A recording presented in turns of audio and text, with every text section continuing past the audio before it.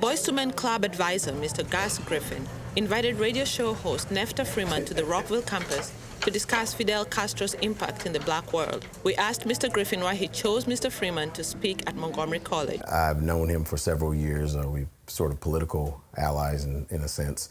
And when Fidel Castro passed away in November, then it sort of expedited something that I'd been thinking about for a long time.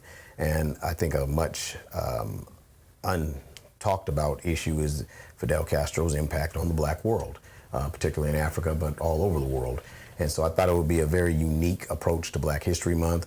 And since I knew someone who was very well read on the subject matter, it just seemed to make a lot of sense. The number to call, 202-588-9739. Fidel Castro rose to power after the Cuban Revolution. Nefta Freeman, the co-host and producer for Voices with Visions, a radio show on WPFW 89.3 FM, discussed Fidel Castro's impact on the black world. Fidel Castro impacted the black world. Most commonly known is the missions for liberation, military assistance to the liberation struggles in Africa. Cuba sent troops, sent combatants to assist the liberation struggles there. And it was unconditional service that they sent. And also, in addition to that, they've been sending and still send technicians, teachers, and doctors.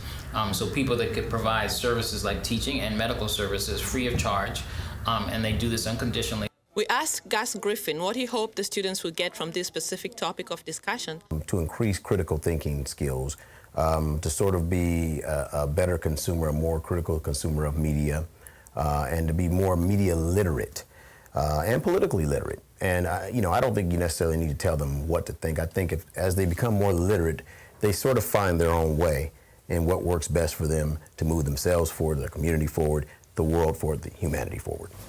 Fidel Castro is still seen as a very complex man with a lot of contradictions.